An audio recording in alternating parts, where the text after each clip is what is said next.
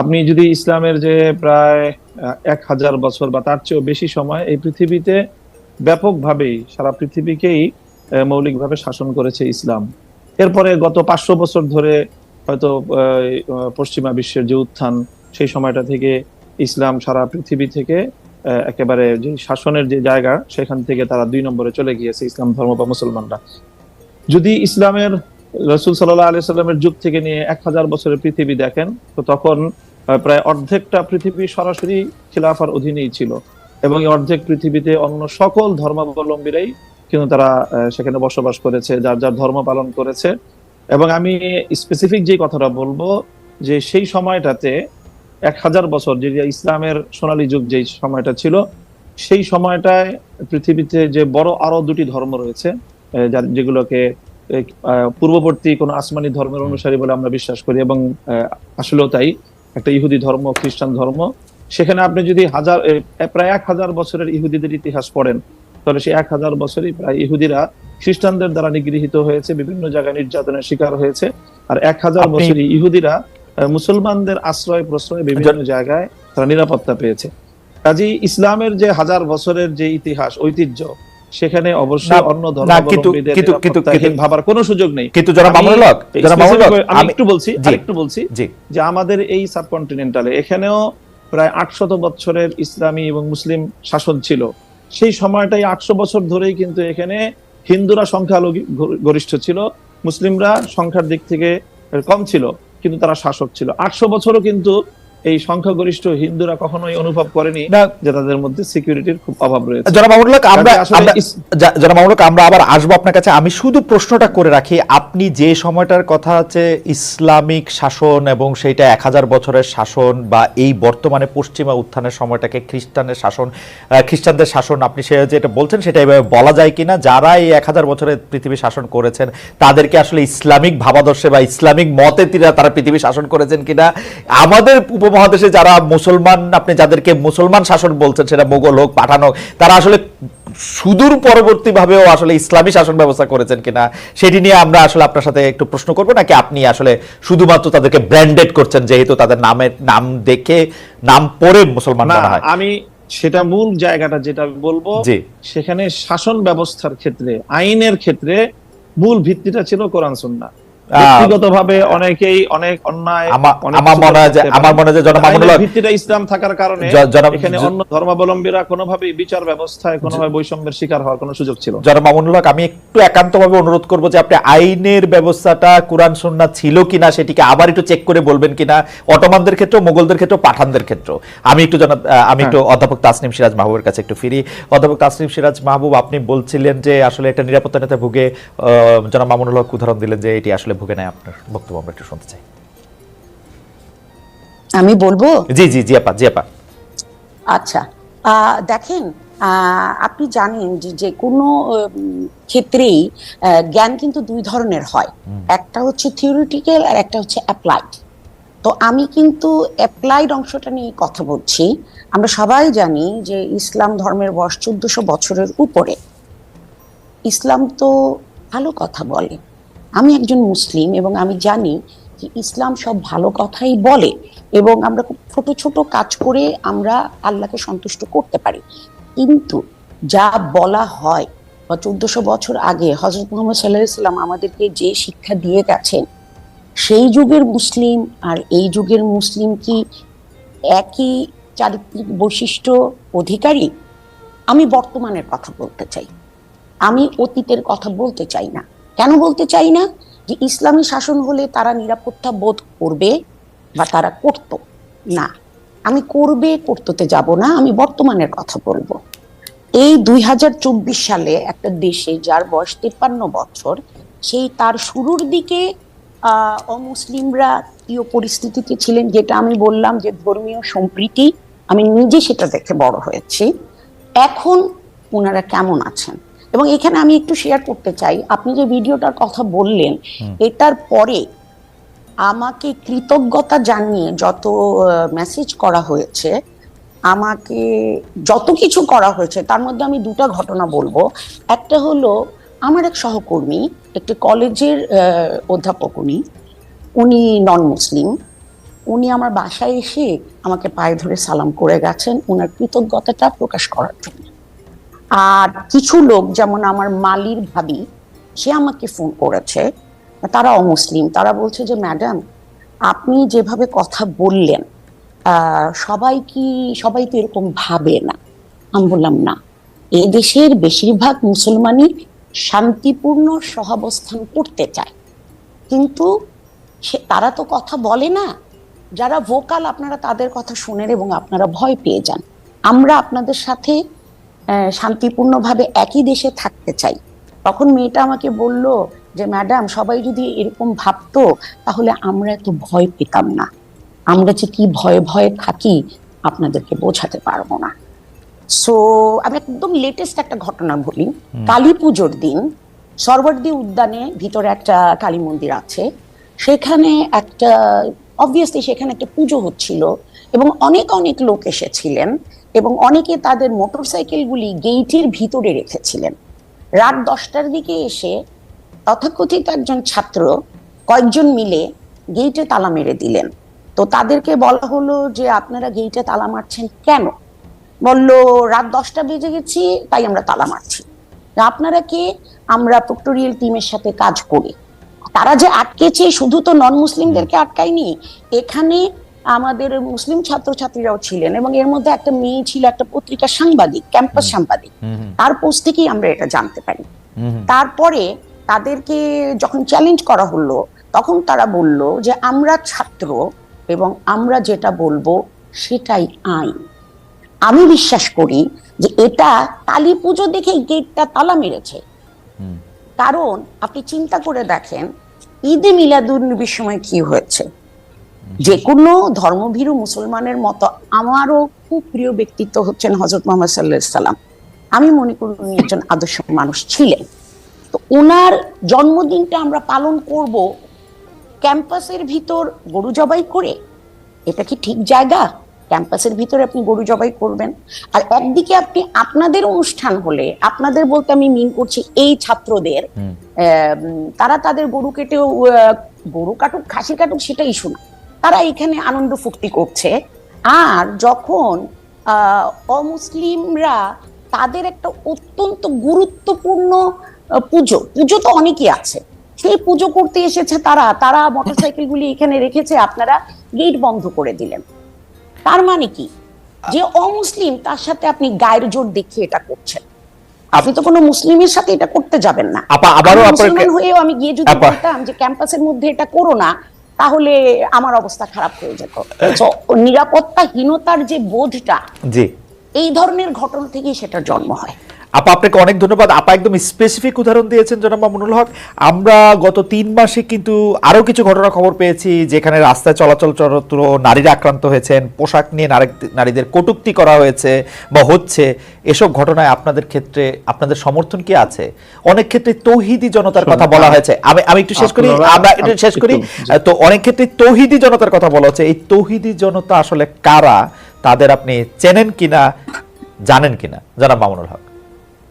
আমি তৌহিদি জনতার পরিচয়ে যাচ্ছি না। আমি প্রথম আপনাদের এবং আমাদের আজকে সম্মানিত অতিথি যে কথাগুলো বললেন, সেই কথাগুলো সমাজের খুবই একেবারে বিচ্ছিন্ন কিছু ঘটনা। আর এর বিপরীত দিকে আমরা এই দেশে এই মানে প্রকৃত অর্থে যারা প্র্যাকটিসিং মুসলিম, আমরা আমাদের বেশভূষায় এবং লেবাস পোশাকে আমরা যে কতটা এখানে নানাভাবে বৈষম্যের শিকার, হেনস্থার শিকার, তার খুব কম দৃষ্টান্তই আপনারা মিডিয়াতেও আনেন।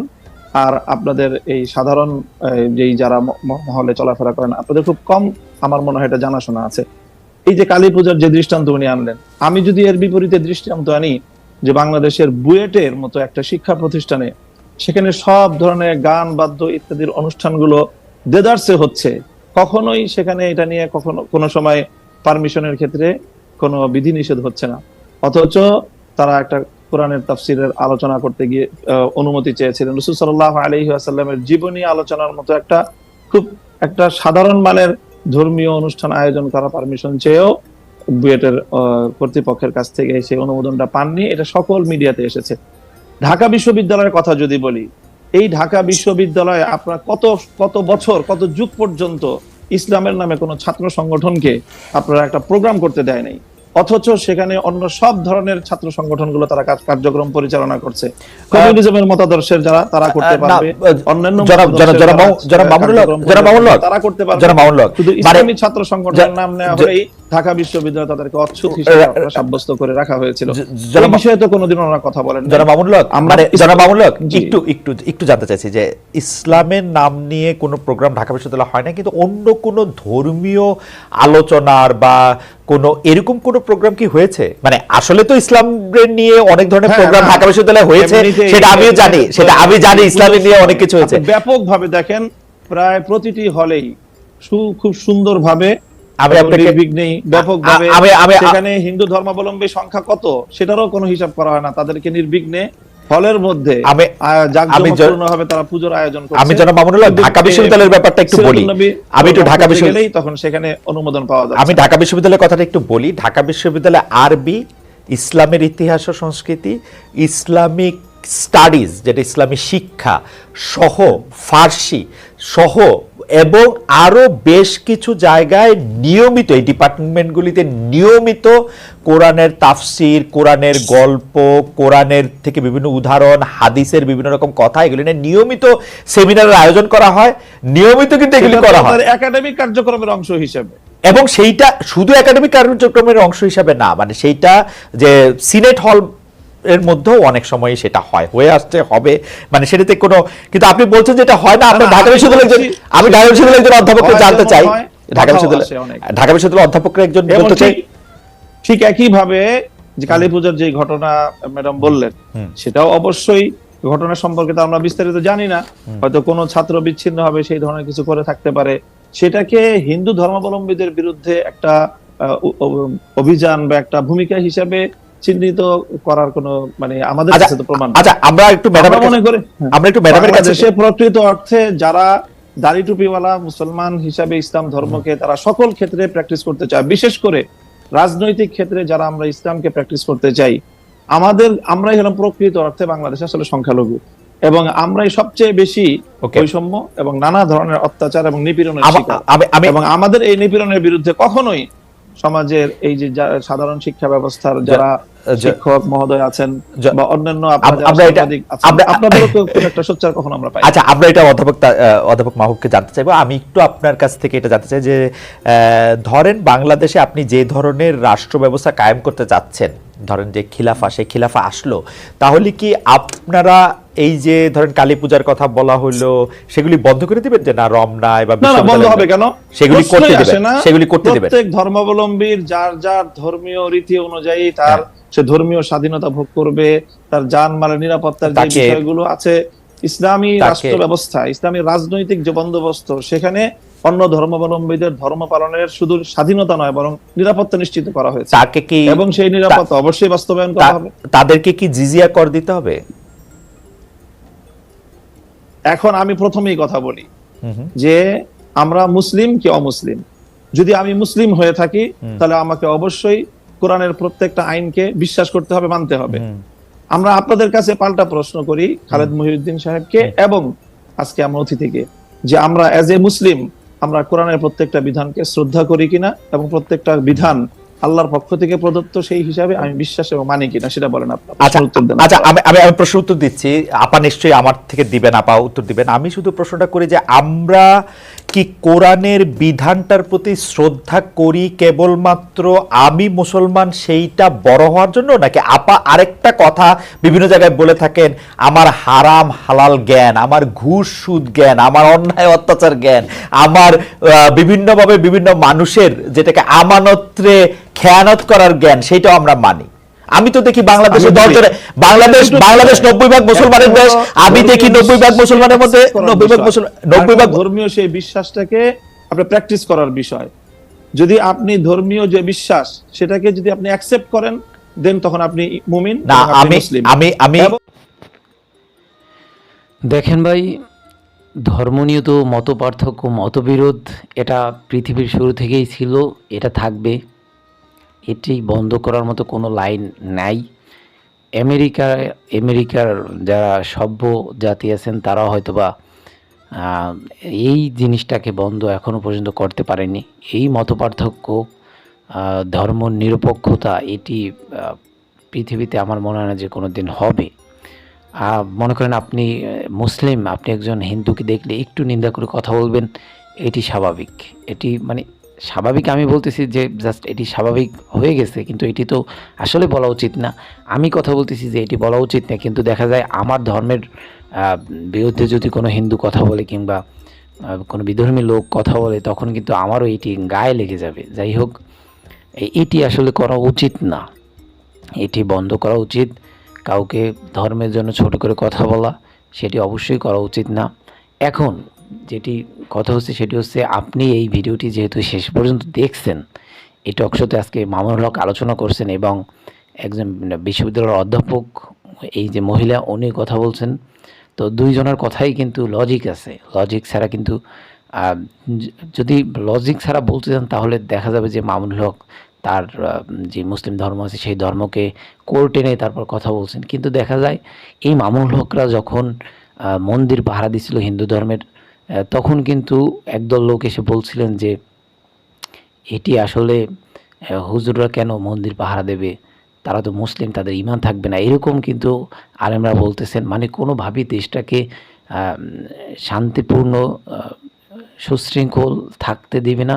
কোনো না কোনো লোক মানে একটু দাড়ি টুপি মাথায় দিয়ে তারপর একটু ভালো মানুষের একটি মুখোশ পরে জাস্ট এই দেশটাকে একটু উথাল পাথাল করে দেবে, একটু মানুষের মধ্যে জ্ঞানজাম সৃষ্টি করে দেবে, এরকমটাই কিন্তু কিছু লোকজন চায়।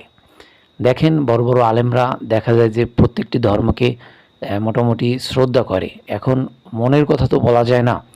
অনেক আলেম বলতেছেন যে আমরা যদি ক্ষমতায় যাই, ইসলামিক যে দলগুলি আছেন সেই দলগুলির বক্তব্য হলো আমরা যদি ক্ষমতায় যাই তাহলে যে যার ধর্ম সুন্দরভাবে পালন করবে, এটিতে কোনো প্রকার বাধা দেওয়া যাবে না। কিন্তু অনেক বিধর্মী লোক যারা আছেন মুসলিম ব্যতীত, তো সেই সব লোক মনে করতেছেন যে বাংলাদেশে যেহেতু আমরা কম সংখ্যক আছি, যদি মুসলিমরা 100 থাকে সেখানে হিন্দুরা দেখা যায় 5 জন কিংবা 10 জন থাকতেও অনেক হয়ে যেতেছে। তো সেই ক্ষেত্রে দেখা যায় যে তারা একটু ভয় পেতেছে যে আসলে কি যদি ইসলাম ধর্ম ক্ষমতায় আসে, ইসলাম বলতে এই যে জামাত ইসলাম, তারপর মামুনুল হকের হেফাজত আছে, চরমনাই আছে, তো এই সব দলগুলি যদি ক্ষমতায় তাহলে হয়তোবা আমাদের উপর চাপ আসতে পারে।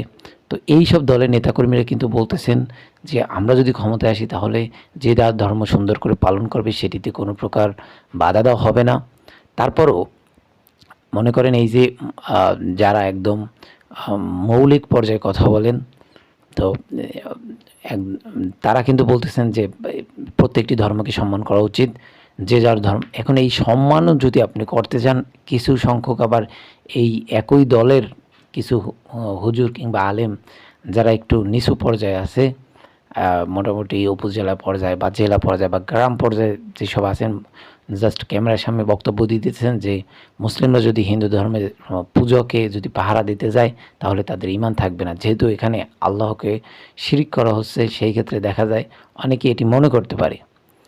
তো আমার মনে হয় যে যার যার ধর্মকে পালন করতে দেওয়া উচিত, কারণ প্রত্যেকটি মানুষের মনের ভিতরে একটি ধর্ম থাকে, সেই ধর্মকে সে প্রচুর পরিমাণ শ্রদ্ধা করে। এখন অনেকেই যেহেতু হিন্দুদের বংশ থেকে তারা বিস্তার করতেছে, সেক্ষেত্রে দেখা যায় তাদের বাপদাদারা হিন্দু ধর্মে ছিলেন, সেই কারণে সেই হিন্দু ধর্মই পালন করে যাচ্ছেন। এখন একজন মুসলিম হিসেবে আপনি এসে বলবেন যে তোমরা যে ধর্মটি পালন করছো সেটি ভুল, এটি ডিরেক্ট তাদেরকে বলাটা হচ্ছে একটু সমস্যা। এইখানে কিন্তু সমস্যার সৃষ্টি হয়। আবার হিন্দুরা যে বলে না সেরকম না, অনেক হিন্দুরা আছে যারা মুসলিমদেরকে খোঁটা দিয়ে কথা বলে যে তোমাদের আল্লাহকে দেখা যায় না, তারপরে সেটাকে কিভাবে বিশ্বাস করো, আমরা তো তবু মাটি দিয়ে একটু বানাই। তো এইরকম কিন্তু মতপার্থক্যর কারণেই কিন্তু এই ঝামেলাগুলির সৃষ্টি হয়। তো যাই হোক, আশা করি আপনারা এই ভিডিওটি দেখে অনেক কিছু শিখতে পারছেন, অনেক কিছু জানতে পারছেন। আমার মনে হয় যে আমাদের এই ভিডিওগুলি ইসলাম ধর্মের লোক, হিন্দু ধর্মের লোক, অন্যান্য ধর্মের লোক সবাই কম বেশি মোটামুটি দেখে। তো সবাই কমেন্ট করে জানাবেন, যার যার ধর্ম থেকে, শ্রদ্ধা থেকে, মানুষের মনে কষ্ট যেন না পায় সেই বিষয়টি দেখে তারপর আপনারা কমেন্ট করবেন, আপনাদের মূল্যবান মতামত জানাবেন, যাতে করে আরেকজনের আপনার এই মতামতগুলি পড়ার পর কিছু শিখতে পারে, কিছু জানতে পারে। দেখেন, মানুষের জীবনে জানার তো কোনো শেষ নেই, শেখারও কোনো শেষ নেই।